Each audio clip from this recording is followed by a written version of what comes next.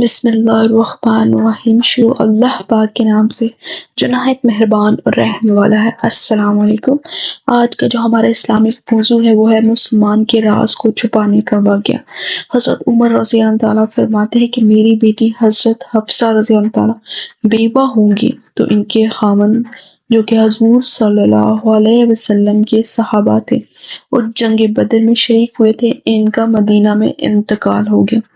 میری حضرت ابو بکر رضی اللہ تعالیٰ سے ملاقات ہوئی۔ میں نے ان سے کہا اگر آپ چاہیں تو میں حضرت حفصہ بنت عمر رضی اللہ تعالیٰ آپ سے نکاح کروا دوں۔ انہوں نے مجھے کچھ جواب نہ دیا۔ چند دنوں کے بعد حضور صلی اللہ علیہ وسلم نے حفصہ رضی اللہ تعالیٰ سے شادی کا پیغام دیا۔ آخر میں نے حضور صلی اللہ علیہ وسلم سے اس کی شادی کرا دی۔ پھر حضرت ابو بکر رضی اللہ تعالیٰ مجھے ملے اور انہوں نے کہا تم نے حفصہ کو مجھ پر پیش کیا تھا نا؟ میں نے تمہیں اس کا جواب نہیں دیا تھا، شاید تمہیں اس سے مجھ پر غصہ آیا ہوگا۔ میں نے کہا ہاں آیا تو تھا۔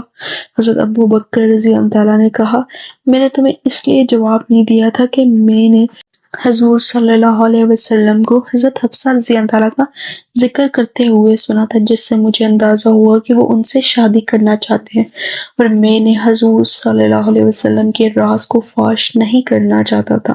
اگر حضور صلی اللہ علیہ وسلم ان سے شادی نہ کرتے تو میں ضرور کر لیتا۔ بے شک۔ سبحان اللہ۔ ملتے ہیں ایک نئے اسلامک لیسن کے ساتھ، تب تک کے لیے اللہ حافظ۔